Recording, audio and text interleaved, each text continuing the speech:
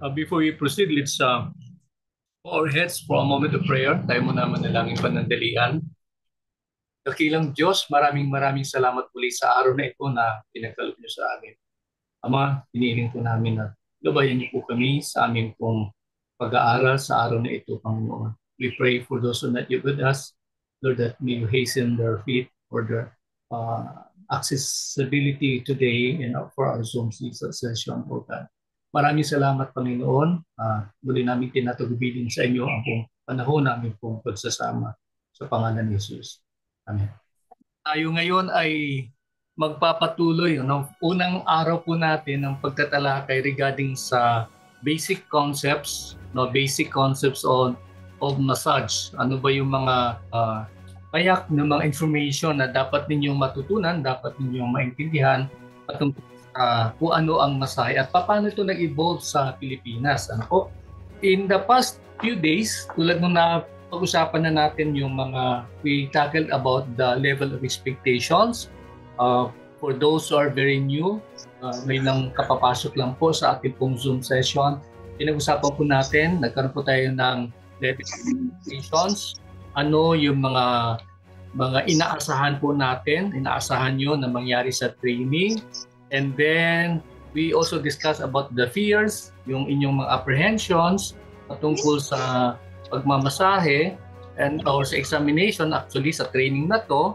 And then, yun, napag-usapan natin na sa totoo naman is we really desire na lahat kayo makakapasa because yun naman yung pinaka-end goal ng lahat, no? Kayo ay maging LMT. And then, ayan, yun, na-plansa lang natin na ang pag-aaral natin kasi two-way traffic, no? Both ways po 'yan, no? Nandito kami para magturo and then at the same time kayo din po ay nandito rin para matuto, no? Kaya kinamahalaga po yung communication line natin open lagi para tiyak natin na matutumbok natin yung dapat natin yung pangunahing dahilan ng ating pong pagsasanay. Kaya lang po, tulad ng nabanggit ko na po sa inyo, marami po tayong inaaccommodate na mga visually impaired, no? Visually impaired. So mayroon po tayo mga totally blind, may mga partially blind, kasama po natin po sila. Pero I think I will have to announce na yung inyo pong nakalipas na diagnostic test, naalala niyo po yung last week, no? Mayroon kayong diagnostic test. At napansin ko po, isa o dalawa I think, sa mga visually impaired ay nasa top 10. So, I think kaya nilang sumabay sa inyo. Kaya lang po, tulad ng binabanggit po natin, medyo hina-hina lang tayo sa pagtuturo for the meantime, habang pinakikiramdaman natin kung paano yung maging flow ng ating pong pagsasanay. And here we are, nandito po tayo ngayon. I think nakikita niyo po yung slide, Fundamental Concepts of Massage Therapy. Nakikita niyo po. Okay, Fernando, yes, nakikita Andy. Okay, so ayun po, malinaw o malabo, Nandi? I think malinaw kasi, oh. Malinaw po, sir. Malinaw po, sir. Malinaw po. Okay, very good. Okay, so tingnan nyo po sa pahina 116 hanggang sa 142 yung ating pong pagtatalakay sa araw na ito.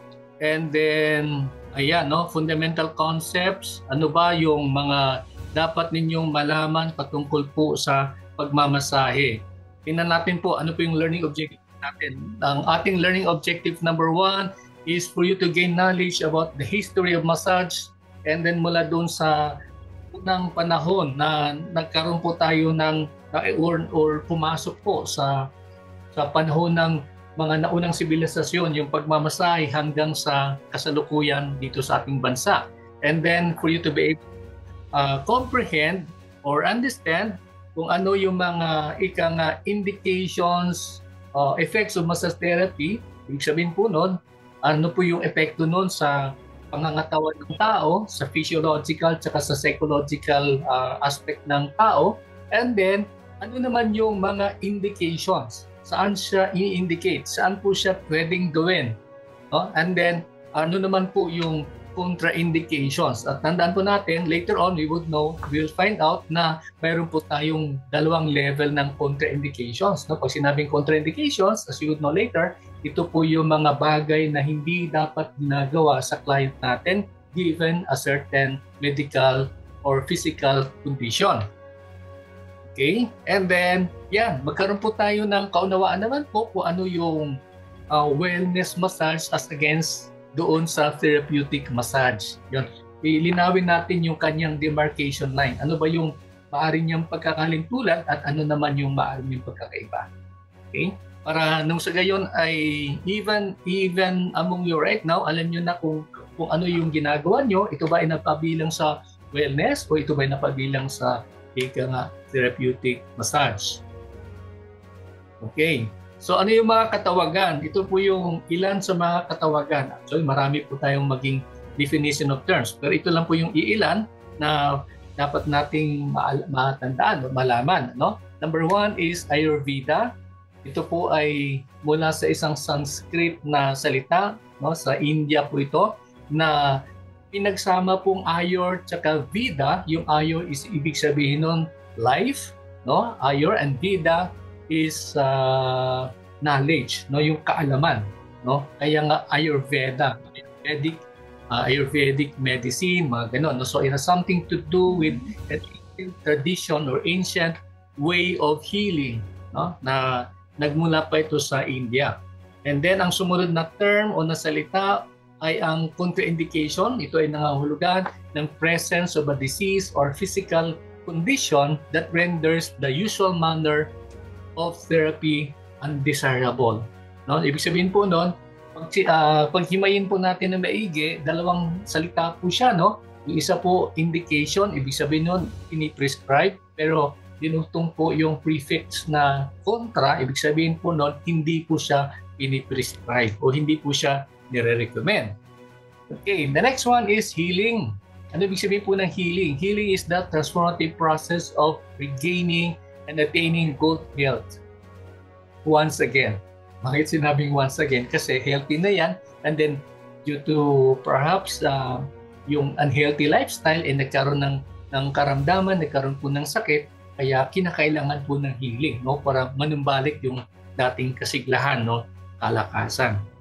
Okay, yung pangapat naman po is the word indication. An indication denotes a suitable therapeutic treatment for a given situation or indication or condition. Okay, so ito na pong sinasabi natin kanina na kung saan ay malalaman natin later on, no, kung saan indicated ang pagmamasahe, no?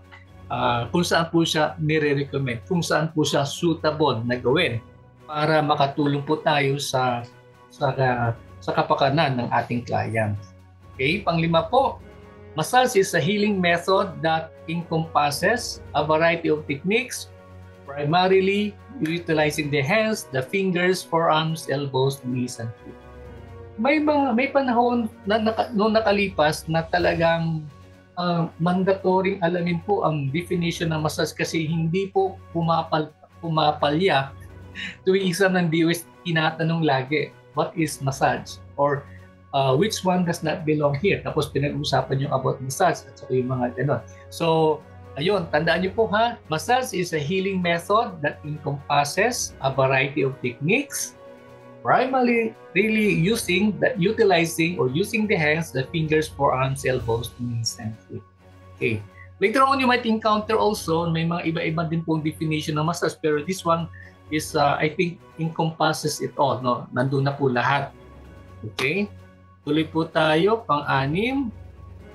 Ito naman po yung derivative, no? Saan po galing yung salitang massage. Actually, later you will find out na meron pong iba-ibang pinagmulan, probable na dahilan or probable na source o na kung saan nanggagaling po yung salitang massage. Pero dito po sa ating number 6 item, makikita po natin na massage is from the Arabic word massa, meaning to touch, to feel, or handle. Okay, so pero isa lang po yan, no? Isa lang po yan na maring pinagmulan po ng salitang massage. Number 7 is the miscellaneous effect. Okay? Ito yung psychological effect. Psychological effect or miscellaneous effect encompasses a range of massage outcomes that can be either psychological nature or physiological. Ayan, no? Ibig sabihin nun nasa isip ng tao, no? Nasa kanyang kaisipan. I think bakit napunta yung physiological, iba yung physiological. Ayan, physiological. There's an error here, ha? Dapat psychological lang po ito. Physiological effect pertains to activities that impact organs and systemic functions. Ano po yung systemic functions? Ano po yung mga organ systems? Di ba nabanggit natin kahapya lang nung nakalipas, meron tayong endocrine system, meron tayong digestive system, meron tayong nervous system, skeletal system, and so on and so forth. So yun po yung mga yun po yung mga iba't ibang mga organ systems. At pag pinag-usapan po yung physiological effect, ibig sabihin po nun, habang minamasahe natin yung client, ay nagkakaroon po siya ng epekto doon sa isang particular na bahagi o sistema ng katawan ng tao. Kailan po linawin po natin, hindi naman po talaga pag sinabi muscular system, muscles lang pwedeng epektuhan nun. Marami pa pong ibang system na maapektuhan, pero suffice to say na malinaw po na yung masahe po natin ay meron pong naidudulot ng mabuti, maepekto po yan sa physical na pangangatawan ng ating client. Okay, number 9, shiatsu. So, is derived from two words, Japanese word po yan na shi meaning finger, atsu meaning pressure. No, kaya shiatsu. No, shiatsu. Yun po, finger pressure po yan. Number 10, the last but not the least is the TCM or the traditional Chinese medicine. This is of course galing po ng China, and then malalaman natin later on na daang-daang libong taon po ay ginagamit na po yung TCM na yan, yung traditional Chinese medicine na yan to treat people with various illnesses. Ayan, yan po yung ating pong mga katawagan. Okay, ngayon po tutungo na tayo ngayon sa brief history kasi po ang mahabang kasaysayan po ng pagmamasahe ay summarize po natin ng ilang minuto lamang po. So ano po yun? Ito po ay ayon po sa literature na nagmula po sa DOH. Ang sabi po dito, yung mga nauna o sinaunang kaparaanan ng panggagamot ay katulad po ng Ayurveda. Ito po ay nagmula pa po sa India, no? Na-mention natin kanina Ayurvedic medicine, no? Ito yung kaparaanan na nagmula po sa India na panggagamot at ito po ay nakalipas na 3,000 taon. Okay? Ito po ay naging naging kaparaanan po ng panggagamot sa India. Ngayon, yung practice po na ito ay tulad ng sinabi na halos pareho po yan sa China, no? Kasi ang TCM, yung traditional Chinese medicine, ay nagsimula noong around 200 BC and then onwards, no? Maalala ko po, if I may just segue a little. Nung nasa Japan po ako, nakataon po kasi dati po akong empleyado po ng DOH. At during that time, ang ginagawa po ng DOH ay nagpapadala po sila ng mga employee for scholarship abroad. Ako naman ay sa kabutihan ng Panginoon, pinalad po ako na mapili po, no? I was able to join a scholarship at under po sa Japanese Mongoku Gusho program. Ito yung scholarship program po ng Japanese government. And then, well, of course, to make the long story short, habang nag-aaral po ako doon sa school na ito for my master's degree, meron po akong na-encounter na, kasi nag-enroll po ako ng Japanese shiatsu sa isang Japanese shiatsu school, no? It's the Japan Shiatsu College ang pangalan. Ngayon, while doing nagkaroon po kasi kami na parang mini seminar doon sa dormitory po namin. Nagkataon po, meron pong napadaan na isang Chinese student. At yun, ang dami niyang sinabi, galit na galit, hindi namin maintindihan.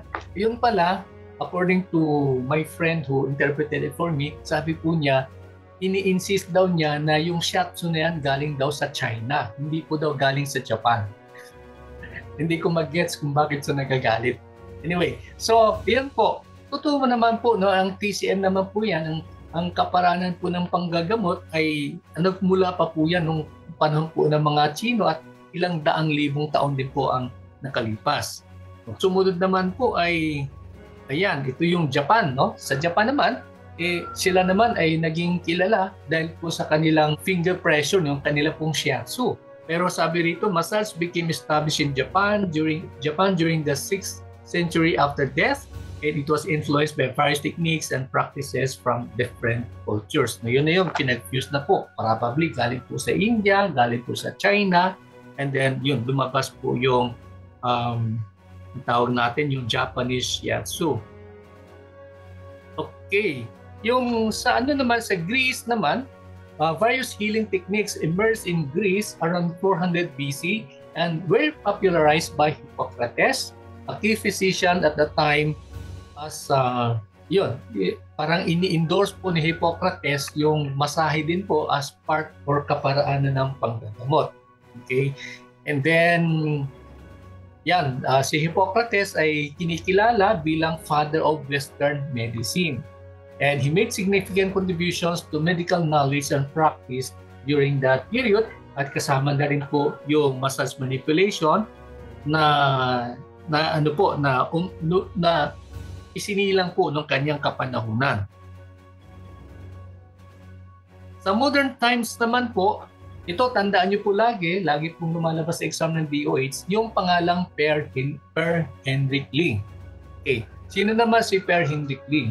Si Per Henrik Ling ay kilalang Swedish na physiologist at siya po ay kilala bilang gymnast instructor. No? So sa yung nagtuturo ng paano mag-perform ng gymnastics yung kanyang mga pag-aaral. At nagkaroon din po siya ng kanyang Ling system. Yung Ling system niya po na yan ay meron na pong kasama healing modality. No? Paano po maibsan yung mga pain na nararamdaman ng kanyang estudyante sa pamamagitan po ng iba't ibang mga massage stroke manipulation. Pero later, it was another guy na kasabayan po ni Per Henrik Ling na si Dr. Johann Mesger, isang Dutch physician, ang siya naman po ang nagbigay ng katawagan. Yan. Sa kanya naman po inattribute yung pagkakaroon po ng pangalan, no? Ng kanyang description ng mga strokes. No? Kaya yun po, siya po yung nagpasimuno ng salitang effleurage. Siya po nagpanimula ng salitang effleurage at taputment. Ano naman yung effleurage? Effleurage, later you will find out na ito po ay kinango sa salitang French word na effleur. Ibig sabihin po nun is ito po ay long, broad stroke. Mahaba po siyang hagot. No? And then petrissage naman ay may kinalaman naman po sa lifting, squeezing ng mga muscles. No? So yun po yung petrissage. Basta mayroon pong pag-angat, no? Mayroon pong pagpiga. Yan po ay petrissage. At ang pangatlong katawagan na kanyang ginawa, label na binigay niya sa stroke na masahe ay yung taputment. Okay? Pag sinabing taputment, ito yung oscillation, paulit-ulit po yan, no? Habang binabagsak po yung using either the fingertip, pwede yung palm, pwede po yung kamao, and so on and so forth. Basta po may oscillation movement, yun po kay Johann Mesger, ang tawag dyan ay taputment. Ngayon po, sa Philippine experience, dadako naman po tayo, no? Tingnan naman po natin sa Pilipinas. Ano po ang unang batas at probably pinakahuling batas na rin ng pagmamasahe? Sa ngayon po, ang ating pinahawakang batas ng pagmamasahe ay matatagpuan natin sa Presidential Decree 856, no? PD 856 na nilagdaan ni dating Pangulong Ferdinand Edralen Marcos noong taon 1975 at ito po ay kilala bilang the Code of Sanitation. Okay? The Code of Sanitation at ang bahagi ng pagmamasahe matatagpuan sa Section 13 ng nasabing koda ng Code of Sanitation. Ano yung pamagat? Ang pamagat ay massage and sauna bath establishment. Okay. So, after some time, noong 1975, nagkaroon din sila nung implementing regulations kasi yun naman po, no, pagka may batas, meron pong IRR. Yung IRR na yun yung basihan doon sa actual implementation or paano ine-execute yung isang batas na yan. Kaya, pero nung 2010, dahil lang sa medyo yung ibang provision ng PD 56 ay medyo obsolete na ng konti, nagkaroon ng initiative ang DOH na naglabas po sila ng AO. Ang ibig sabihin ng AO, Administrative Order, at ang Administrative Order na ito ay AO 2010-0034 at ang kanyang pamagat ay amending the implementing rules and regulations regarding the PD 56 at ito yung Section 13 ng PD 56 na ang pamagat ay massage and sauna bath establishment. Okay? So, mag-involve ng ating later on in discussion natin about the paano mag-exam, ano yung mga requirements sa examination, kailan mag-examination, ano yung mga passing rate, kailan pwedeng i-release yung lisensya, kailan magre-renew ng license, and many other things. No? Halimbawa, katulad din po ng ano ang grounds para pwedeng tanggalan tayo ng lisensya, yung mga ganon. So ito yung matatagpuan natin, ulitin ko, sa AO 2010-0034 na nilabas, of course, na DOH noong taong 2010. Okay. So, ayun po ayan, yun po yung ano pang dagdag natin dito. Ayan.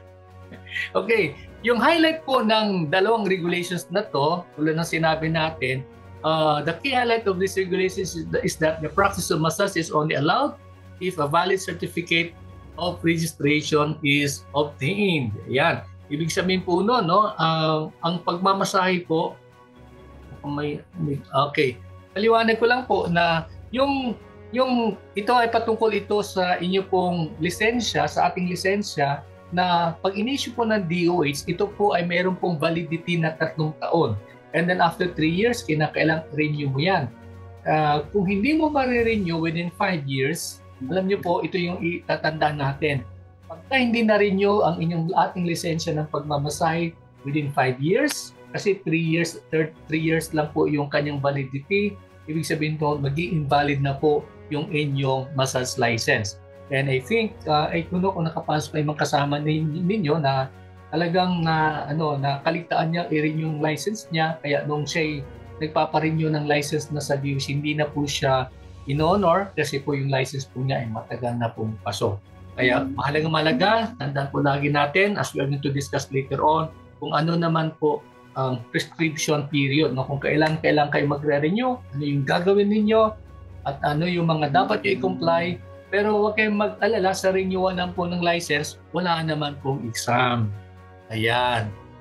Wala na pong exam. Kasi iba, kinakabahan. Ako, sir, mag-exam naman po kami. Yun. Medyo nai-stress sila pagka may exam daw. Alam ko, I can understand the feeling. No? Kasi ako naman po, nung dati rin, habang ako ay umaasam-asam ng lisensya, talagang katakot-takot na pag-aaral. Lalo na kasi empleyado ako ng DOH. Sabi ko, kailangan ko talaga may pasa to. Pero, yun, kahit na stressful siya, ay malaking pakinabang mo talaga no? Kapag kayo ay may lisensya na po. Okay.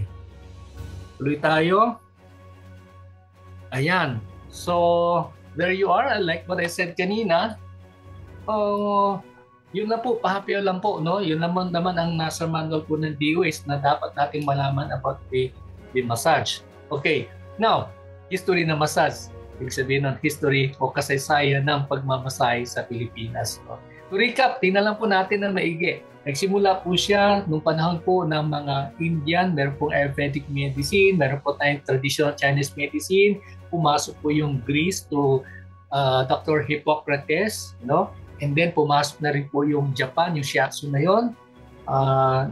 Ano na po yun, na bumuo po, no? Nagkaroon po tayo ng timeline na kung saan ay naging popular po yung pamamaraan nila ng panggagamot sa pamamagitan po ng pagmamasahe. And then, nakita rin po natin na sa Pilipinas naman ay, alam niyo ba, may trivia pa pala ako bago makalimutan.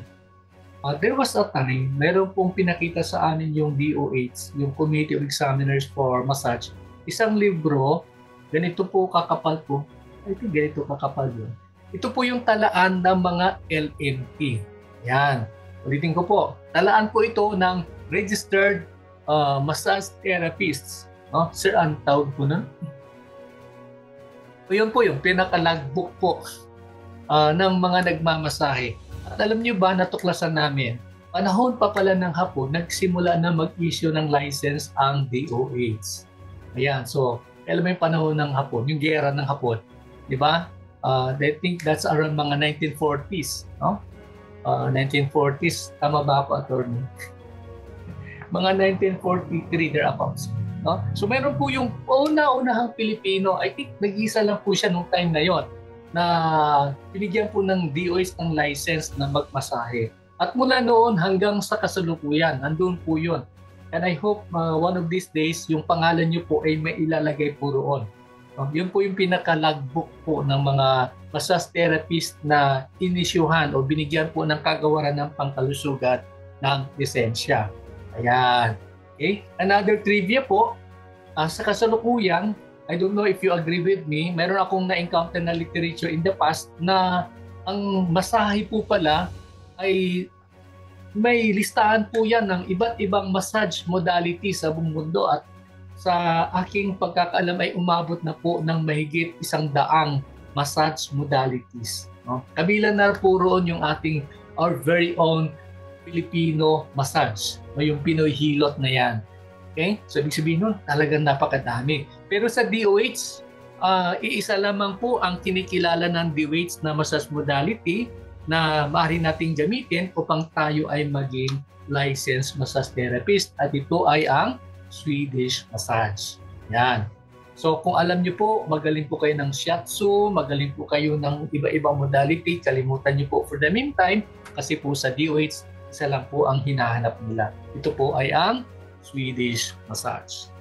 Now, proceed po tayo sa effects of massage. Ano po, tulad ng nabanggit po natin, mayroon pong dalawang uri ng epekto ng pagmamasahe. We have the physiological and the psychological or miscellaneous effect. Yan po, no? Agree ba kayo na pag may masahe po, minasahe po tayo, may epekto po sa ating katawan? Ayan, whether you agree it or not, meron po talaga. No, dalawang uri po yan. Physiological sa katawan ng tao, psychological sa kaisipan ng ating client. Mahimayin po natin po yan. Pag sinabi yes, sir. natin, agree po, sir. Yes. Ano yon? Raymond? Wala. Okay. Sige po.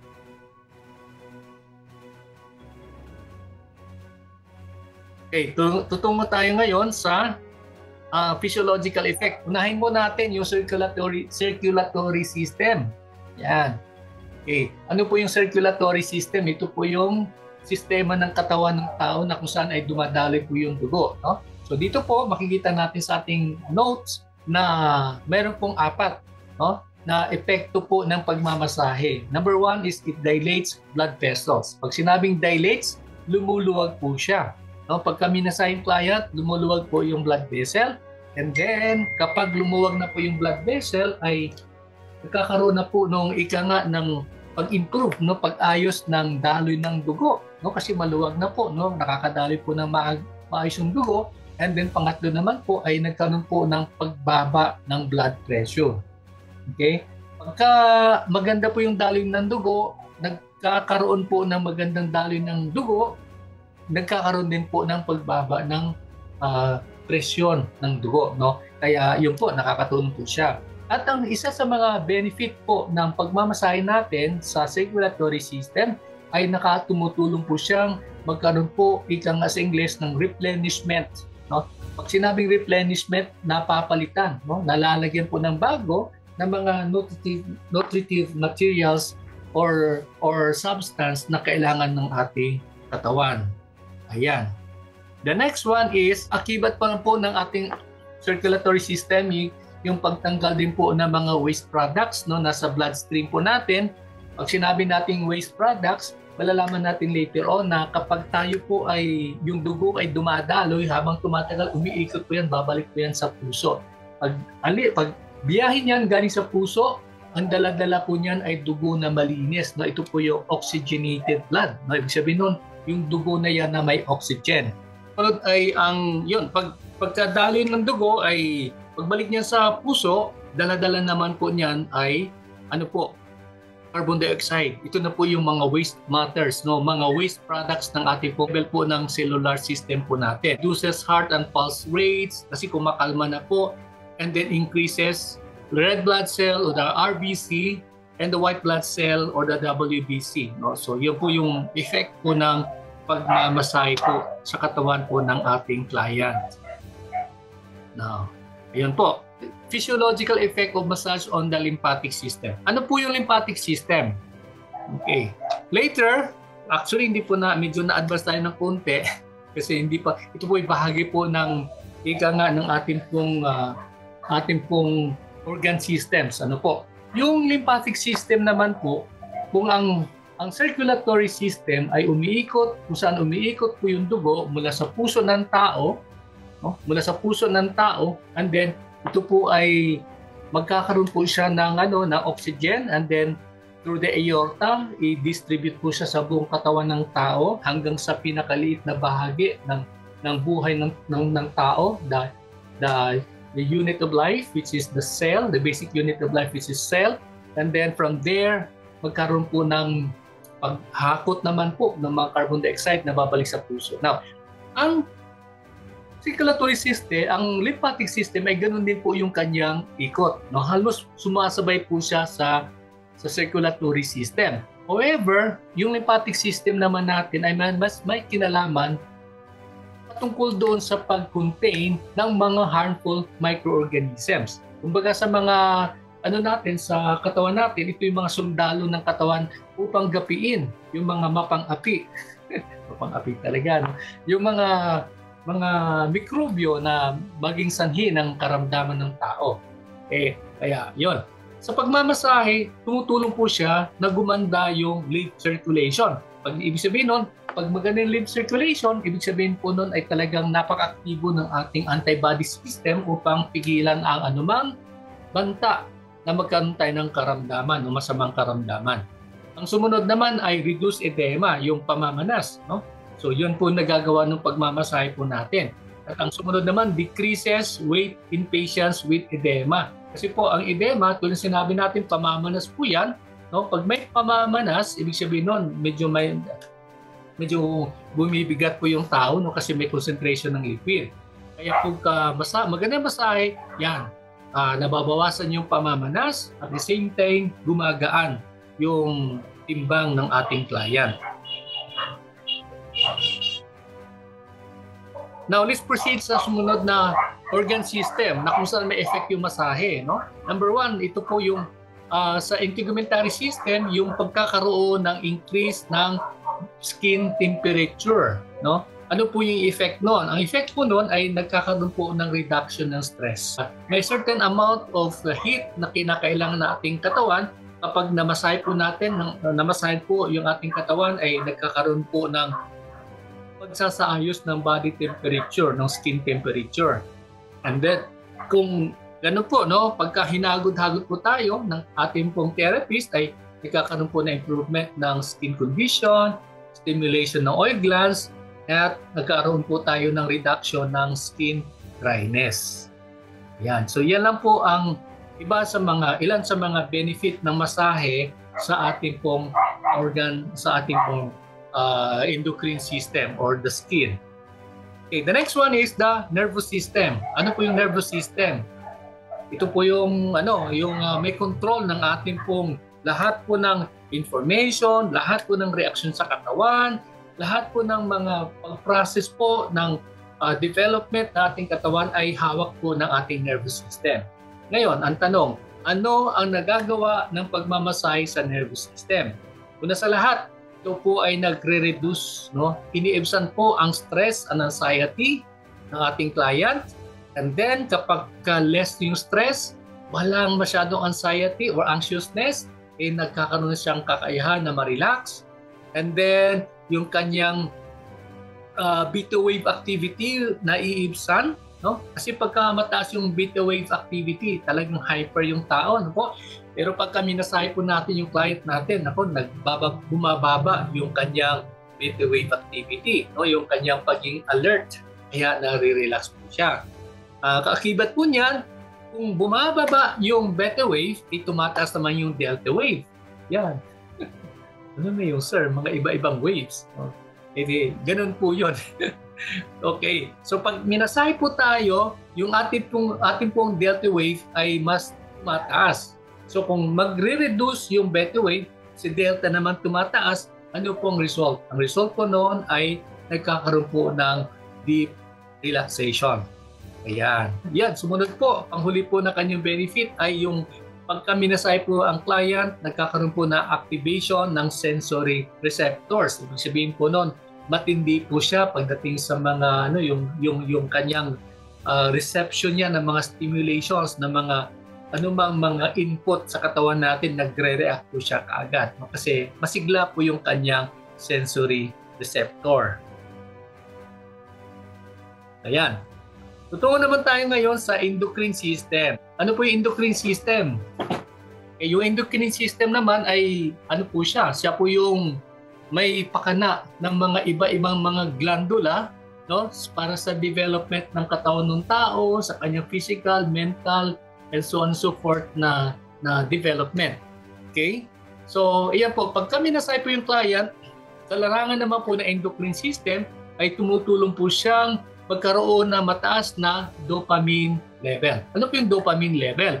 Ang dopamine level ay isang uri ng chemical na tumutulong para ma-reduce yung pakiramdam ng stress ng tao. Chemically induced po siya. At yung kanyang pagiging depressed, no? Bumababa, no? Kasi masarap yung kanyang pakiramdam, no? Ito po ay sanhi ng dopamine level na pinuproduce ng ating pong endocrine habang tayo ay minamasahe. Ang sumunod naman ay serotonin level. Ang serotonin level naman, ito po ay inhibition ng pain, no? Para siyang analgesic, no, ng ating katawan, para siyang painkiller ng ating katawan, no? Kaya yung kanyang kakayahan na medyo hindi siya masyado maging sensitive doon sa pain, ito po, sanhi po ito ng pagkaroon ng mataas na serotonin level, na ito po ay sanhi, no, effect po isa sa effect ng pagmamasahe sa endocrine system. Tulad ng banggit natin kanina, reduces analgesic use because of the serotonin. Ayan. Muscular system. So ang dami na po, dami ng mga benefit, no? Ang dami na pong mga effect na napakaganda yung pagmamasahe na ginagawa natin. At alam niyo po, pagka ang mga client natin ay nagtanong at na-explain natin ng maigi, mamamangha sila. No? Ano nalaman yung mga yan? O yan.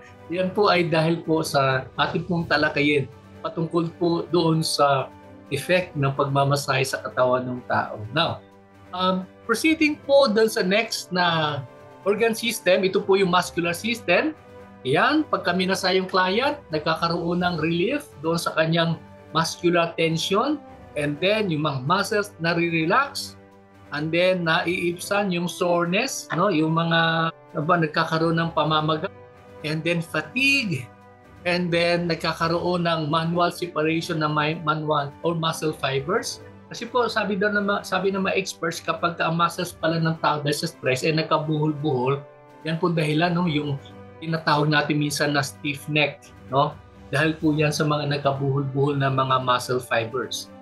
The next one is increased range of motion. Ano po yung ibig sabihin po ng range of motion? Ibig sabihin po nun yung kakayahan nating maikot yung ating mga extremities, no, upper extremities saka yung lower extremities po natin. Ito yung ROM. Yan, naging mas flexible yung isang tao. Yan po nagagawa po ng pagmamasahe. Natin, meron pa po tayong karagdagan pong effect po ng masahe sa muscular system. It helps improve balance and posture. Kasi po, pagka minasahe ng client natin, gumaganda po yung kanyang kakayahan, yung kanyang flexibility, and things like those, kaya madali siya makabalanse. No? Ang kanyang ayos, yung kanyang tayo is maganda.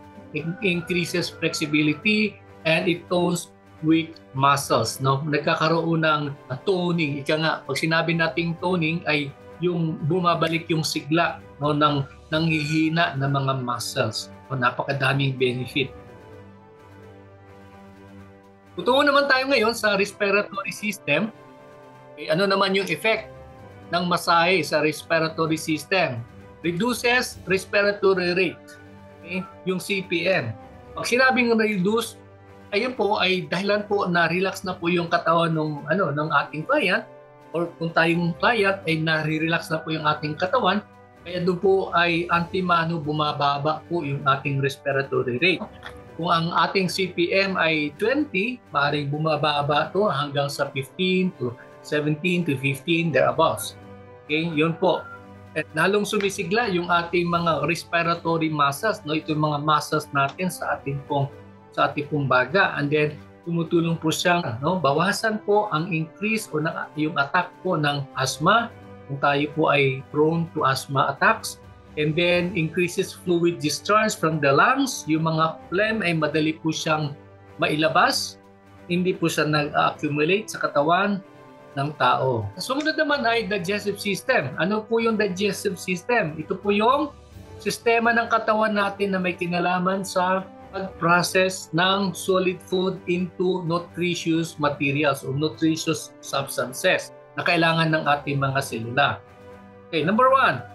Helps improve the evacuation of the colon. So yung colon po natin, ito po yung ating pong large intestine, nandiyan po yung colon po natin. Tumutulong po siya na madali po makadaloy po yung mga waste products sa ating katawan. And then sumunod naman ay naibsan po yung constipation. Okay? Yung intestinal gas, yung colic na sinasabi, lalo na sa mga baby, no? Nagkakaroon po ng colic po yan, sanhi po yan ng discomfort sa mga baby, sa mga sanggol. And then tumutulong po sa stimulate ng digestion, gumaganda po yung process po ng pag-digest ng pagkain, no? Yung pagkatunan ng pagkain sa katawan ng ating client. Urinary system, okay, pag sinabi natin urinary system, ito naman ay may kinalaman sa palahihian, no? Kaya pagka minasay yung client, ang effect niya sa kanyang urinary system ay gumaganda yung output ng pag-release ng ihi, no? Ang ihi ay alam naman natin ito ay mga waste products din ng katawan natin na kailangang ma-eliminate, no? Kasi habang tumatagal yan naging poison. Sumunod naman ay improvement na excretion of metabolic wastes, no?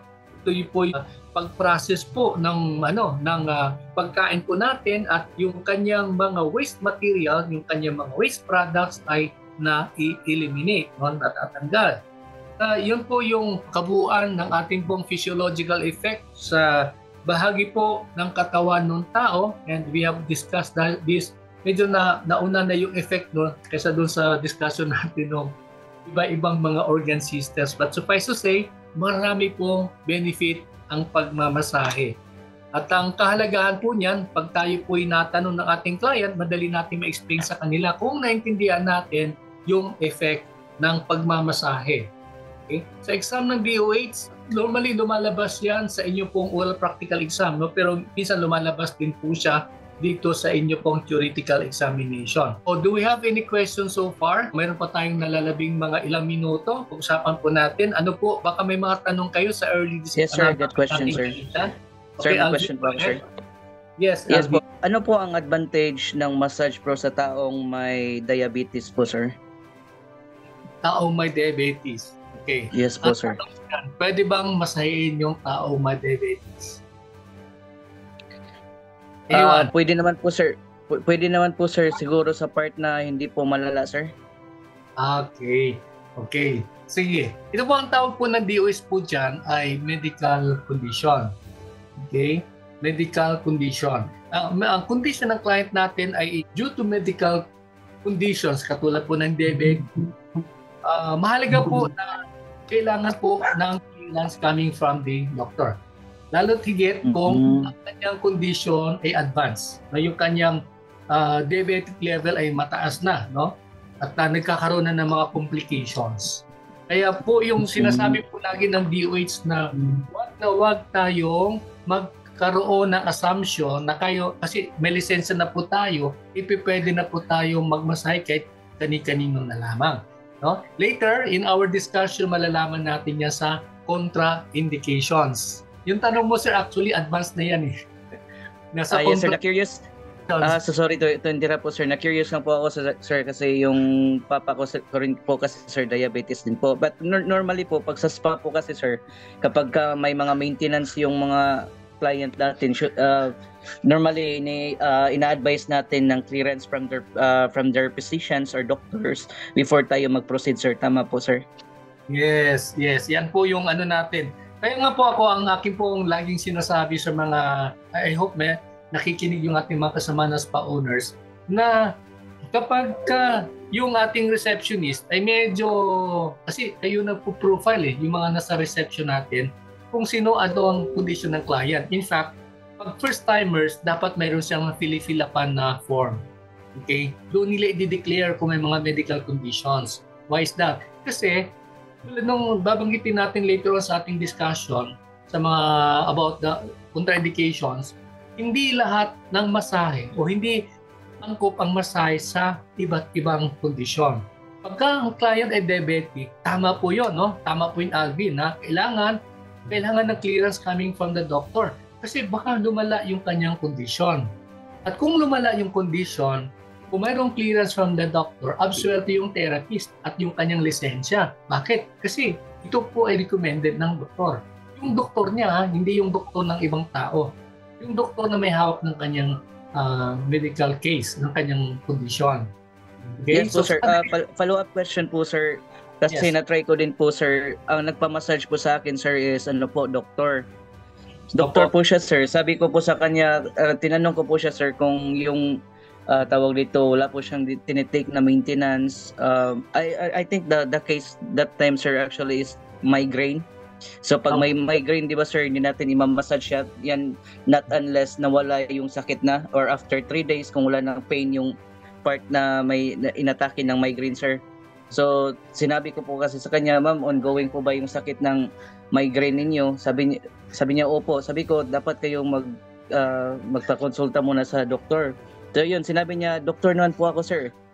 So, yung ginawa ko, in-advise ko na lang po yung kasama ko na mag-handle na, i-handle na lang ng parang soft lang na massage, sir. Kasi, yun kahit doktor siya, kailangan pa rin ng clearance regarding dun. Yes. Pero mas maganda nun, sir, kung ang natin, I don't know if you agree with me, mainam doon, pagka ganong klaseng condition, lalo kung dinideclare niya na, ipapirma niyo ng waiver. No? Pinapirma po namin, sir. Pinapirma po namin. Ayan, that's very good. Yes po. That's the best thing to do. No? Kasi pagka may lumala yung kanyang kondisyon, absuelto kayo dahil pinirmahan niya naman lalo na doktor siya. Dapat yes po, sir. Okay. Yes po. Thank you po. Thank you po, sir. Alvin, I think sino yung nagre-raise ng hand kanina? Anyone else? Si Ma'am Dana, I think. Dana? May tanong ka ba, Dana? Hindi po. Wala po. Okay na po? Apo. Anyone else who would like to ask? Si Julian? Raymond, sir. Raymond, go ahead. Raymond. Sir, may katanungan lang po ako, sir. Curious lang po. Anong pagkakaiba ng migraine at saka vertigo? Okay. Migraine saka vertigo. Vertigo is essentially yung parang sense of balance mo. Medyo, yun, parang umiikot-ikot ka, no? Yes, sir. Bali, ang migraine naman ay it has something to do with the pain sa ulo.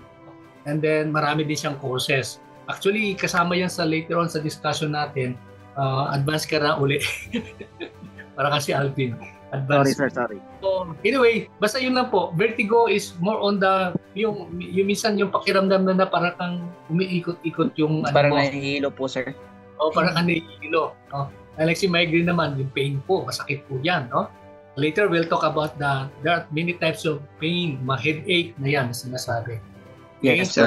Yes, sir. Tatanong po. Yes. Anything else? Si Lori?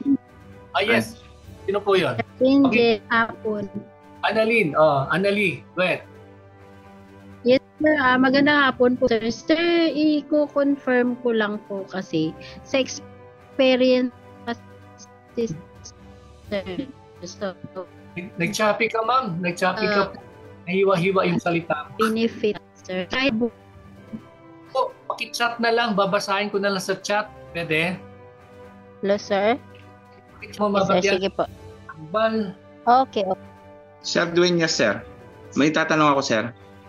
Benzon. When? Okay. Yung mga sinabi nyo kanina sir, yung mga muscle ay nabubukol.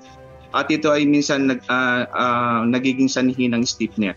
Yung stiff neck po ba pwedeng i-massage? Depende po yan. Later on, you will find out mayroon tayong tinatawag na acute saka may chronic. Pagka acute, ibig sabihin nun yung time na talagang masakit, ang payo ng DOH, huwag mong galawin, hayaan mo lang muna. No? And then, pagka naging chronic, ibig sabihin nun, lumipas ilang araw, andun pa rin stiff neck, saka mo na lang pwede siyang i-manipulate. No? Kasi yun nga yung buhol-buhol na muscle na yan, nakasagsagan pa nung pagkabuhol-buhol po niyan, talagang painful. Pero I'm not stopping you from doing a little light massage. No? Pwede naman po yung light massage lang. No? Or lagyan mo ng haplas, ganon. Pwede po yun. Pero sa spa setting, I don't know. No? Kasi mas maigi yung chronic muna, palipasin mo nilang araw, and then saka natin i-manipulate. No? Pero kung ano naman po sir, it will fall under sa contraindication. Ibig sabihin po nun, hindi mo gagalawin yung affected area, pero pwede mong masahiin yung ibang part ng katawan na hindi affected. Kasi mawawalan tayo ng client kapag maging stricto ka dyan. Di ba? Gusto natin kumita. Yes po, sir. Gusto natin kumita. Kaya ang gawin mo na lang is, huwag mong galawin yung affected na area, may stiff neck, and then doon ka na lang sa ibang part ng katawan. Sarapan mo na lang siya para mawala yung kanyang nararamdamang pain sa kanyang leeg. Tama ba yun? Yes po, sir. Sabi tayo. Sir, excuse me po. Yes, well. Frozen shoulder po, sir, pwede naman pong hot compress yan, sir, di ba? Like, gamitan po natin ng hot pads or herbal ball, tama po, sir? Pwede po. Yes, later on, pwede po yan. Like I Okay said, medyo advanced na po siya na, pero sige lang, okay lang po yan.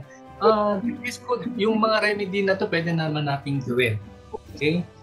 Sa spa setting, pag ng procedure, depende kasi may mga clinic tayo, may mga kasamahan tayo na ang kanilang forte is therapeutic. No, yung kanilang massage therapeutic, yung clinic nila therapeutic. So that's where the best place you can go kapag may mga ganung physical ailment, physical condition. Okay. Sige po. Michelle, may tanong ka? Michelle or si Rachel? Rachel. Okay na po tayo? Sir, last na lang tanong, sir. Sige. Sino to? Si Raymond, sir. Raymond. Sige, sir. Well, ito lang yung tatanong ko sa'yo, sir. Yung ginagawa ko, sir, na yung sa gout, yung pag mapasas ko, ginagamitan ko siya ng ice. Okay lang po ba yan, sir? Yung gout. Ginagamitan mo ice? Yes, sir. Gout, ice. Okay. Therapeutic pala yung clinic mo, Gaspar? Raymond? I'm sorry, Raymond? Therapeutic. Yes, sir. Therapeutic. Therapeutic. Ay, nawala. Anyway, sige po, wala namang problema. Kasi, ayun lang, depende yan sa setup na yung spa. No, kasi kung yung spa naman ay wellness, kasi later on, yung sinasabi natin, we're going to discuss about the differences or similarity ng wellness at ng therapeutic clinic. No, kasi dapat maging malinaw po sa atin po yan. Otherwise, makukonfuse yung client natin. Diba? So, ayun po yung sabi natin, these things, pwede nyo gawin, yung mga hot and cold compress, mga ganon. Most likely, kapag ang setup ng yung clinic ay therapeutic. Okay? Sir, dito, babalik ka kasi naputol kanina. Oo, yung therapy, sir. Kasi freelancer lang po. Yun ang turo sa akin ng ni Dr. Alternativo kasi dati ako na therapist. Okay. Doc Alternativo. Yes. Kasi naman yun eh. Oo. Kaya lang po, gusto kong linawin sa grupo na yung ating discussion dito ay yung mga guidance lang po ng DOH in relation doon sa inyong exam sa massage. Kaya yung actual practice nyo po actually, ano na yan, advanced level na po yan, no? Kasi hindi naman po yan tinatalakay ni DOH. No? Si DOH kasi more on the basic, ano lang siya, concept, Okay po, sir. ideas. Sir, Yes, sino to? tanong ko lang po, sir, about sa therapeutic and wellness. Ang Yes. DOH po, nagfo-focus lang po sa wellness, not therapeutic massage. Ano po? Actually, si DOH, tulad ng sinasabi natin, parang entry level lang po siya na ano ng ating pagmamasahe, no? Yung pinaka-basic. Parang Basic. lang tayo noon. Pero kung you decide na kung ano yung forting gawin nyo, kung ano yung pinaka ano ng inyong pong service, nasa inyo po yan. Pero yun nga, we are going to have a discussion on that later on patungkol doon sa wellness versus therapeutic. So, na ano yung iba noon para hindi din tayo mako-confuse. Ano ba Yes. yung wellness, ano ba si therapeutic? Kapag therapeutic po tayo, malamang sa malamang, huwag nating emphasize si wellness. Yung Yes. gano'n. Si wellness more on relaxation, yung gano'n, no? Karamihan sa mga day spa natin, wellness po sila. Yes. Kasi yung ano nila is ma-relax yung client, magkaroon sila ng tawag nun, release ng mga anxiety, yung mga gano'n. Yung mga tuon later on, nasa inyo na po yan. Basta sa DOH lang is, we will be guided kung ano yung pagkakaiba ng dalawa, tingnan natin, and then, bahala na po kayo, pagka-lisensyado na kayo kung saan kayo tatahan. Kung wellness ba kayo o therapeutic. Okay, sir. Thank So, you. Yeah, maraming salamat, Barbie. And since wala na tayong oras, palaala lang po muli para doon sa mga hindi po nakapag-full payment, one-time payment, mag-due na po yung inyo pong first monthly payment.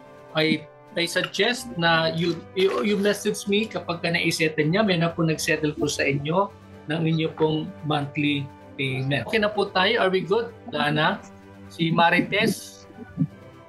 Okay na po tayo. Tess? Si Ernie? Si Joyce? Ayan, si Benson. Nagtanong na sa kanina. Nakakota na si Benson. Okay, Christine? Si Lorne? Michelle, wala na. Okay na tayo. Sige po. So, that will be all for today. Si Attorney Santos, ma'am. Hello, Mr. Benji. I'm Yes. here. Yeah. How are you? I'm driving, but I'm okay. listening. Sige po. Thank you. Okay. Ay, Ingat request po. lang. Mr. Benji, Yeah, go ahead. can you resend the answers to the first diagnostic? Hindi ko natuloy na ni-review eh. Oo. Ma'am, ano lang po yun? Guidance lang po yun. Wala pa po yun. Actually, no need to have a copy ng kasi diagnostic test is just for us to determine kung ano po yung status ng karamihan po sa atin. Wala Okay. po Oo, kasi medyo hindi ako familiar dun sa mga ibang terms eh. Thank you. Yeah. Okay. Thank you po. Thank you. Okay. Ingat sa drive, attorney. Okay, sige, maraming salamat. Thank you for your time. As usual, kung hindi pa po kayo nakapag-subscribe sa YouTube channel po natin, that's the Benji Eugenio LMP. Paki-subscribe and then click po yung notification bell para anytime may upload po tayo, you will be notified, no? Para yun po, madali nyo ma-access yung ating po mga YouTube na mga materials. And for those who are absent, you let me know kasi tulad sinasabi natin, we are monitoring your attendance, no? So I would appreciate if you always attend our class. Kung hindi naman po, you always check on our YouTube na mga upload para you are always okay? Okay po. So maraming salamat. God bless you tomorrow. Arigato gozaimasu. Thank you po. Thank you. Salamat. Thank you, sir. Yes, sir. Salamat. Hello.